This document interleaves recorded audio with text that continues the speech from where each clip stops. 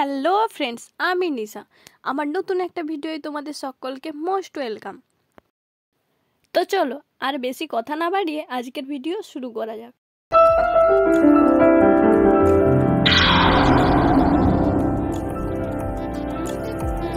আজ আমরা এসেছি ইসকন মায়াপুরে।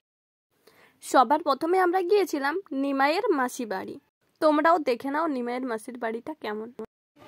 এটা নিমাইয়ের মাসির বাড়ি, এখন আমরা ওইখানে দেখতে এসেছি। এই পিছনে যে বাড়িটা দেখতে পাচ্ছ, এই বাড়িটা, এখানে শ্রী চৈতন্যের লীলার প্রদর্শন হতো। এখনো সেইভাবেই সাজানো আছে যেভাবে সাজানো ছিল। এবার তোমরা দেখো নিমাইয়ের মাসির বাড়ির ফুল বাগান।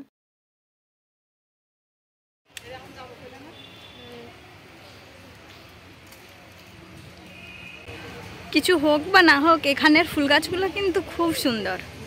প্রতিটা বাগানেই কত সুন্দর।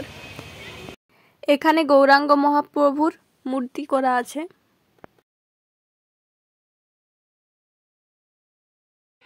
এই আমার পিছনে যে পাহাড়টা দেখতে পাচ্ছ, এটা গোবর্ধন পাহাড় বলছে। এটার নাম নাকি গোবর্ধন পাহাড়।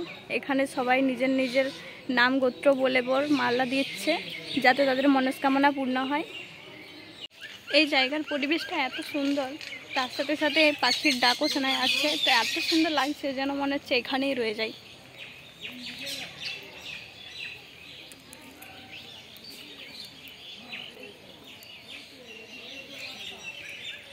প্রতিটা বাগান, প্রতিটা গাছ কতই না সুন্দর।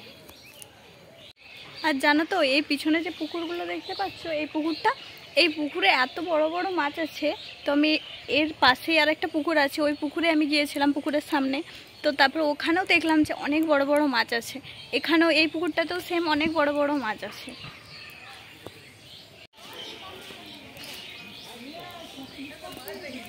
কি মাছ?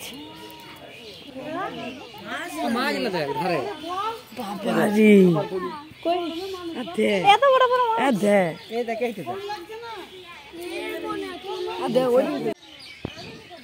কামড়ালে একটা বুঝতে পারছি। বাবা আরে কি বড় সামনাসামনি। এই জলে যে সাদা সাদা কয়েনের মতো পড়ে আছে দেখতে পাচ্ছ, এগুলো সত্যিকারেরই কয়েন। সবাই জলে পয়সা ফেলেছে, সেইগুলোই পড়ে আছে। এখানের প্রকৃতিটা যে এত সুন্দর লাগছে, তোমরা না আসলে বুঝতেই পারবে না। তোমাদেরকে বলে বোঝানো সম্ভব নয়, তোমরা আসলেই দেখতে পারবে। তো তোমরা একবার না একবার এসো এই জায়গাটা দেখতে। নিমাইয়ের মাসির বাড়িটা সত্যি অপূর্ব, অপূর্ব, অসাধারণ, এত সুন্দর কি বলবো।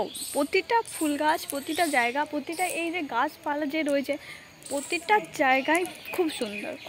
এই আমার পিছনে যে গাছটা রয়েছে, তোমরা এই গাছটার নাম কি জানো? এই গাছটার নাম হচ্ছে তমাল বৃক্ষ।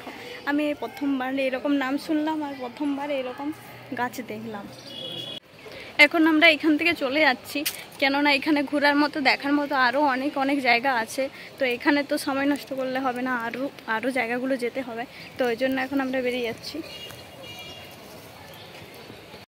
তারপর আমরা আবার আর একটা মন্দিরে এসেছিলাম। এখন আমরা যে জায়গাটাকে এসেছি, এই জায়গাটাকে বলে রাধা মদন মোহন গৌর হরি। তো এখন আমরা দেখতে পেলাম না এই জায়গাটা, কেননা এখন সমস্ত কিছু বন্ধ আছে। ঠাকুররা এখন বিশ্রাম নিচ্ছে নাকি, তো ওই জন্য এখন বন্ধ আছে। বাইরে থেকে দেখেই আমরা চলে যাব। অনেক আগে যারা এই মন্দিরটা চালাতো, তাদের ছবি এখানে রাখা আছে। তারা এখন মারা গেছে। যেসব সন্ন্যাসীরা মারা গেছে, তো তাদেরকে এখানে সমাধি দেওয়া হয়েছে, আর তাদের এখানে মঠ করে দেওয়া হয়েছে। মঠগুলো তোমরা দেখতে পাচ্ছ। তারপর আমরা এসেছিলাম নিমাইয়ের জন্মস্থানে, যেখানে নিমাই জন্মগ্রহণ করেছিল। যেখানে নিমাইয়ের জন্ম হয়েছিল, এটাই সেই নিমতল। তোমরাও একটু দেখে নাও। অবশ্যই এখানে ক্যামেরা এলাও নেই। তারপর আমরা এই মন্দিরটা এসেছিলাম, কিন্তু এই মন্দিরটার কি নাম আমি ঠিক জানি না, তাও তোমাদেরকে একটু দেখালাম। কি লেখা আছে ভালো করে দেখা। তোরা কি করছিস? ফটো তুলে নিছিস, ভিডিও করে নিছিস? রাইট, এই ক্যামেরা লাগানো আছে। দেখলো তো দেখলো, আমাদের কি তোদের কি। তারপর আমরা ওখান থেকে ঠাকুর দর্শন করে বেরিয়ে পড়লাম। আর রাস্তায় যেতে যেতে এত সুন্দর একটা ভিউ দেখতে পেলাম। পুরো বাড়ি জুড়ে সরষে ক্ষেত আর সরষে ক্ষেত, আর সেই রকম ফুল ফুটেছে, যা সুন্দর লাগছিল। ওই জন্য একটু ক্যাপচার করে নিলাম। অনেক হয়েছে বাইরে ঠাকুর দেখা দেখি, এরপর আমরা ইস্কনে ঢুকলাম ঠাকুর দেখার জন্য। সবার প্রথমে আমরা একটু এই পার্কে ঘুরে নিলাম, ইস্কনের পার্কে। তো এখানের ভিউটা অসাধারণ ছিল, চারদিকে এত ফুল গাছ না। বেশ কিছুটা সময় কাটানোর পর আমরা এখন বেরিয়ে যাচ্ছি এখান থেকে। তারপর আমরা গেছিলাম গাইগহলা দেখতে, পুরো আধ ঘন্টা হেঁটে। এর সামনের যে বাড়িটা দেখতে পাচ্ছ, এর উপরে যে দুতলাটা আছে, ওই দুতলাতে গরু বাছুর ষাঁড় এসব আছে। আর এখানে দেখো কত বাঁদর। এখন আমি দুতলার উপরে উঠেছি। তো এখানে দেখো যেমন বললাম গরু বাছুর সব আছে, ষাঁড়। এটা হচ্ছে উপরের থেকে নিচের ভিউটা। তারপর আমরা চলে গিয়েছিলাম ইস্কন মন্দিরে, কিন্তু এখানে তেমনভাবে কিছুই ভিডিও করতে পারিনি, কেননা এখানে ক্যামেরা অ্যালাউ ছিল না একদমই। পুরো একদম সার্চ করে ঢুকতে দিচ্ছিল, ওই জন্য কোনো ভিডিও ক্লিপ নেওয়া হয়নি। বাইরে থেকে শুধু ভিডিও করেছিলাম মন্দিরের। মন্দিরের পাশে হচ্ছিল গীতা মেলা। তো এই গীতা মেলায় বিদেশিদের গাওয়া গান শুনে আজকের ভিডিওটা এখানেই শেষ করলাম। তো তোমরাও শুনে নাও।